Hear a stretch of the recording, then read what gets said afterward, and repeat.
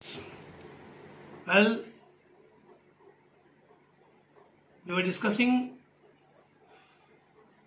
the personal sonnet of John Milton on his blindness in the last class. Let's proceed. हमारी बात यहां तक हुई थी फ्रेंड्स कि जॉन मिल्टन ने कहा था कि वो अपने पोएटिक टैलेंट के माध्यम से ईश्वर की सच्ची सेवा करते हुए, बाय कंपोजिंग पोएम, सच्ची सेवा करते हुए उनके चरणों में अपना सच्चा लेखा जोखा रखना चाहते थे, ताकि जजमेंट डे के दिन जब उनकी आत्मा परमात्मा के सामने हो तो he can face God, he may face God as a bold soul. एक साहसी आत्मा की तरह वो ईश्वर का सामना कर सकें और कह सकें कि परमात्मा आप देखें, आपने जो हमें टैलेंट दिया था, मैंने उस टैलेंट का सही इस्तेमाल किया। But now is afraid of this fact that due to his blindness he may be chided, he may be scolded by God. उन्हें गॉड के द्वारा स्कोल्ड किया जा सकता है, डांटा जा सकता है for not using his talent properly, जिसमें उनकी कोई गलती नहीं है। तो आखिर ये अन्याय उनके साथ क्यों हुआ है? कहीं ना कहीं ये बात वो कहना चाहते हैं। मैंने आपसे कहा था, now is putting a doubt over the justice of God. Here this doubt comes in his mind. और इसी बात को आगे की पंक्ति में हम देख सकते हैं, क्योंकि ये बात हमेशा याद रखना फ्रेंड्स। इसके पहले की आगे की पंक्तियां पढ़ो, दो बातें जान लो। देखो, ऐसा माना जाता है कि हमारे दो सेंस हैं, एक गुड सेंस, एक बैड सेंस। हमारे मन में दो धाराएं चलती हैं, one that takes us towards the good path, towards the goodness. एक हमें सदगति के मार्ग पर लेकर जाती है और दूसरी हमें अधोगति के मार्ग पर ले जाती है। And the second one that takes us towards the path of disaster. दोनों में से जिसको हम ज्यादा खाना खिलाएंगे वो बलवती हो जाती है, वो ताकतवर हो जाती है, वो स्ट्रांग हो जाती है। तो जैसे ही मिल्टन ने ईश्वर के न्याय के ऊपर डाउट किया,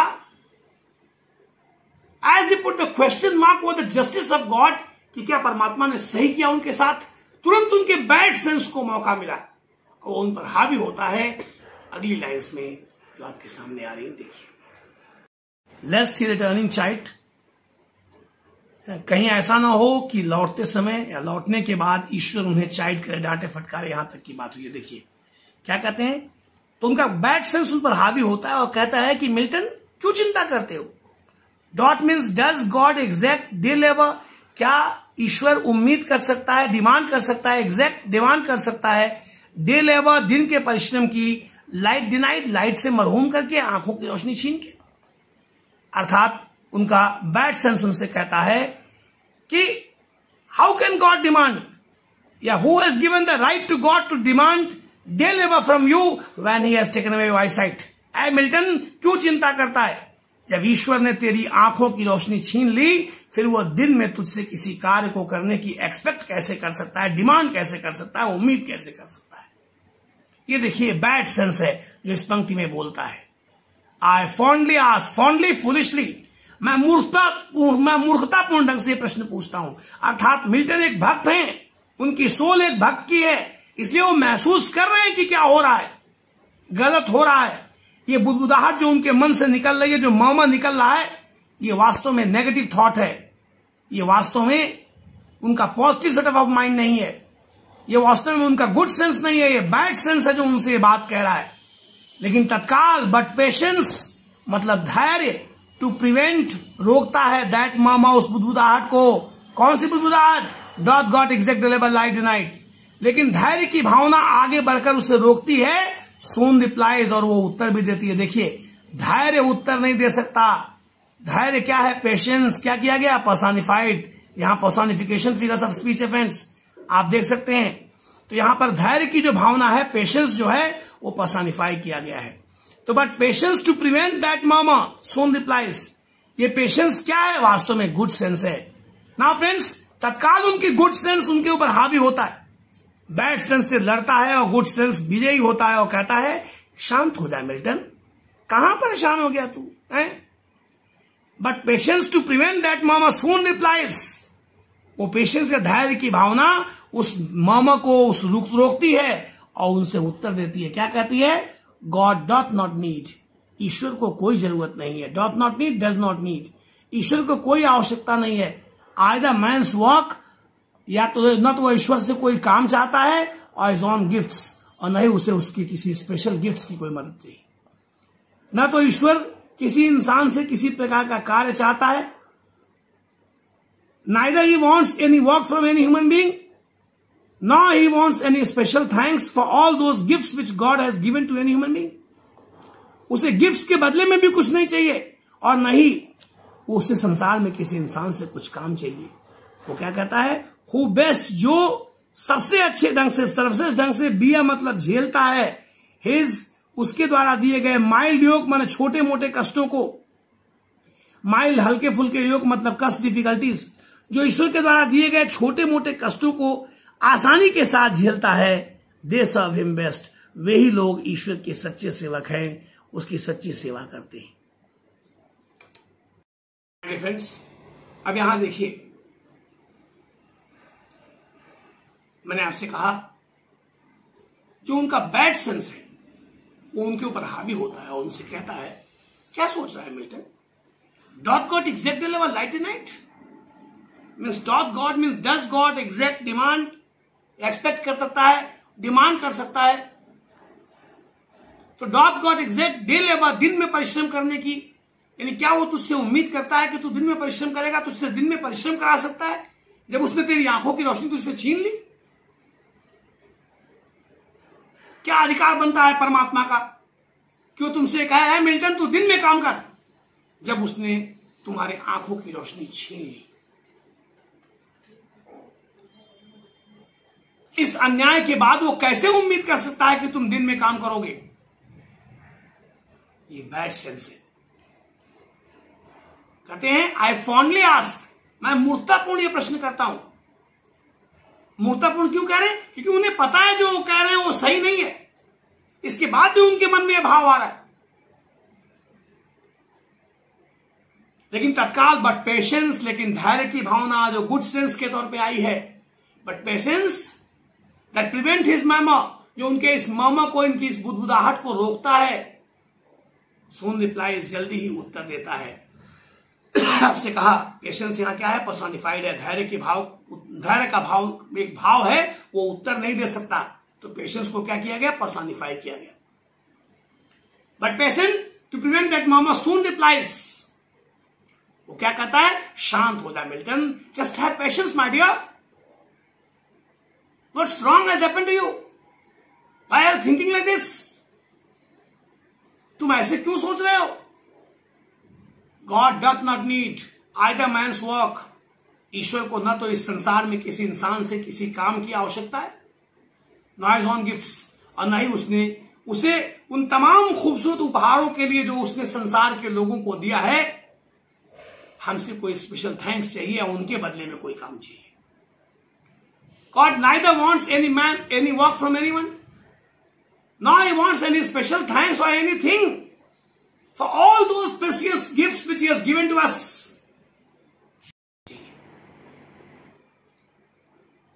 उसे संसार में किसी इंसान से कुछ नहीं चाहिए। वो क्या चाहता है? वही कहता है फ्रेंड्स, ईश्वर को कुछ नहीं चाहिए। Who best bear his mild yoke, serve him best. तो वही कहते हैं who best bear means who cheerfully endure all the misfortunes of life.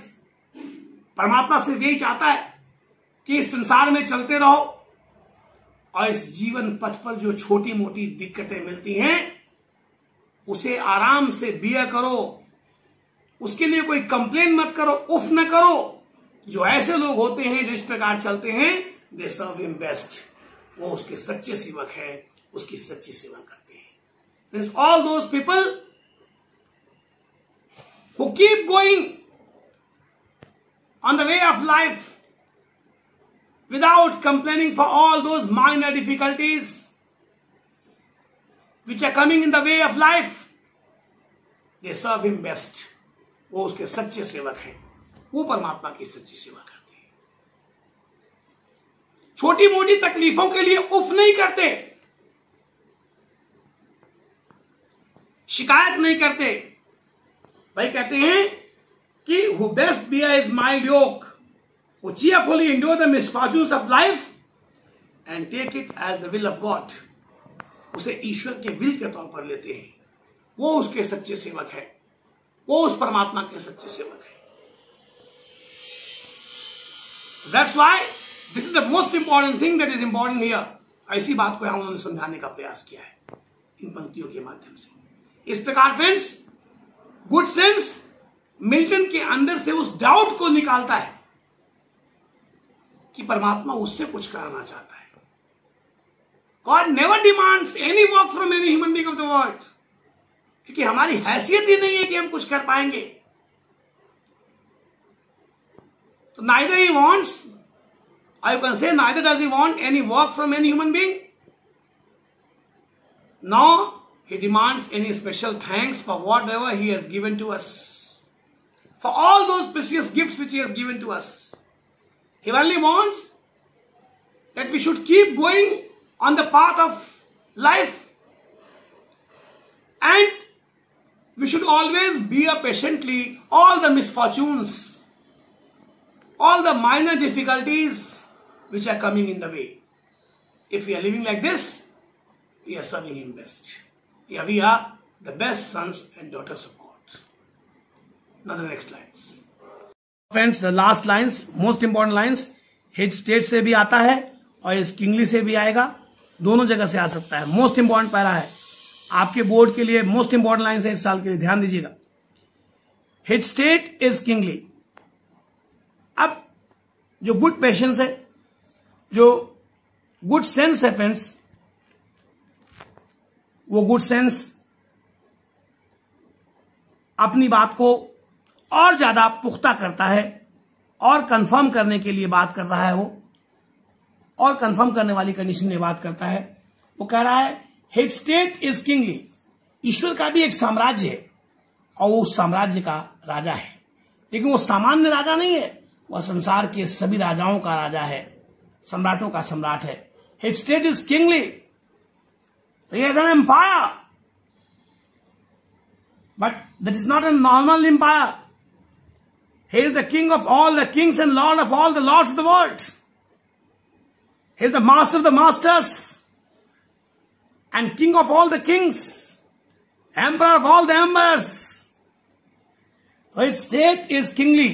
Thousands means thousands of angels, हजारों की संख्या में देवदूत, thousands at his bidding speed, commanding speed, controlling speed.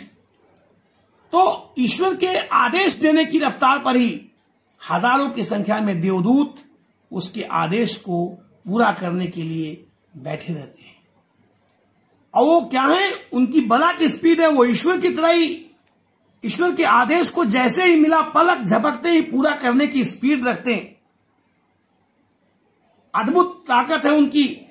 And post over means crossed over land and ocean, पलक झपकते ही क्या भूमि क्या समुद्र वो क्रॉस कर सकते हैं विदाउट रेस्ट, बिना आराम लिए।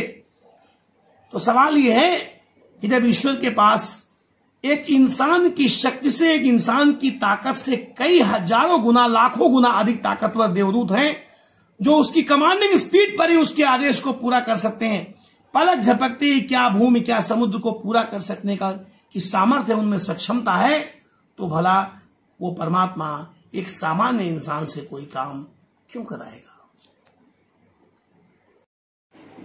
The most important lines of the poem. Here, the good sense of John Milton keeps talking. अपनी बात जारी रखता है और मिल्टन से कहता है कि his state is kingly.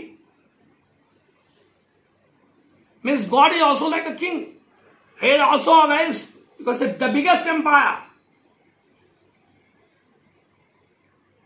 He is a king, but not an ordinary king. He is the king of all the kings of the world and master of all the masters of the world. और क्या है? His state is kingly, thousands at his bidding speed. जैसे ईश्वर की commanding speed है, उसी की commanding speed की रफ्तार की तरह, उसी के अनुरूप थाउजेंड्स, मतलब थाउजेंड्स ऑफ एंजल्स, हजारों की संख्या में देवदूत उसके आदेश के पालन के लिए हर समय खड़े हैं.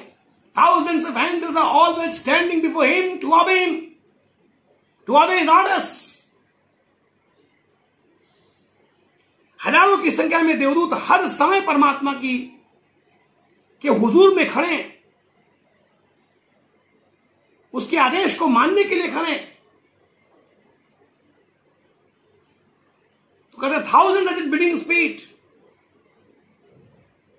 और क्या है? They post over land and ocean without rest and they are so speedy that they can cross land and ocean without taking any rest to obey him, to complete the command of God, to obey his orders, to complete his orders. तो बात यह है कि जब एक साधारण इंसान से हजारों लाखों गुना तेज ये देवदूत हर समय ऊपर वाले के हुजूर में उसके आदेश को मानने के लिए खड़े हैं, तो भला एक सामान्य इंसान से, आदमी से, इंसान से ईश्वर कोई काम क्यों कराएगा? इसलिए मिल्टन, शांत हो जा. ये बात सोचने की तो कोई बात ही नहीं है. Now friends, the last line, आखिरी जो लाइन है उस लाइन को देखिए. They also serve who only stand and wait. आखिरी लाइन मैं फिर से आपको दिखा देता हूं. ईश्वर की सेवा करते हैं who only stand and wait, जो केवल खड़े रहते हैं और अपनी बारी आने की प्रतीक्षा करते हैं. Means they are also rendering their best service to God, who wait for their turn to come, who are very polite, going on simply in their life, devoting themselves to the God's feet. देखो, God wants nothing but the complete surrender. So they are also serving God. They also serve Him. They are also the sons and daughters of God, who stand patiently for their turn to come, who wait patiently for their turn to come. They dedicate themselves to the feet of God. They surrender themselves to the feet of God. Go on in the life and just wait for their turn to come. जब ईश्वर शायद उनसे भी कोई कुछ करा लेगा, या ईश्वर उन्हें भी किसी लायक समझ ले, है ना, नसीब होगा मेरा मेहरबा कभी ना कभी. तो they also serve only stand and wait. वे भी ईश्वर की सेवा करते हैं जो केवल खड़े रहते हैं और अपनी बारी आने की प्रतीक्षा करते हैं, धैर्य से प्रतीक्षा करते हैं कि शायद ईश्वर उनसे भी कुछ करा ले. They also serve who only stand and wait. The best service that can render to God is to be patient in one's life and wait for some other opportunity, wait for some opportunity to come, या opportunity for service. यही कहने का मतलब है. Means, देखो श्री अरविंदो कहते हैं ना, God wants nothing but the complete surrender. तो जो ईश्वर के चरणों में अपने आप को समर्पित रखते हैं, इस दुनिया में जीते हुए परमात्मा के चरणों में अपने आप को समर्पित करके इस बात की प्रतीक्षा करते हैं कि नसीब होगा मेरा मेहरबा कभी न कभी, कभी ऐसा मौका आएगा जब ईश्वर उनसे भी कुछ करा सकता है, उस समय की प्रतीक्षा करते हैं. वो भी ईश्वर की महान पुत्र पुत्रियां हैं. They are also the great sons and daughters of God. They are also serving him the best. वो भी उसके सर्वश्रेष्ठ सेवक हैं, वो भी उसकी सेवा में लगे हुए हैं. तो surrendering yourself, dedicating yourself to the feet of God and waiting for your turn to come when you can also do something for Him. इसके लिए प्रतीक्षा करना कि शायद तुम्हारा भी कभी समय आएगा जब तुम ईश्वर के लिए कुछ कर सको. इसकी प्रतीक्षा में जो लोग लगे रहते हैं और धैर्य के साथ अपनी बारी आने की प्रतीक्षा करते हैं, they are also the best sons and daughters of God. They are also serving Him the best. तो फ्रेंड्स, ये थी on his blindness. Next class में किसी और चैप्टर के साथ आपसे मिलूंगा. Till then, it's goodbye from here. Thank you so much.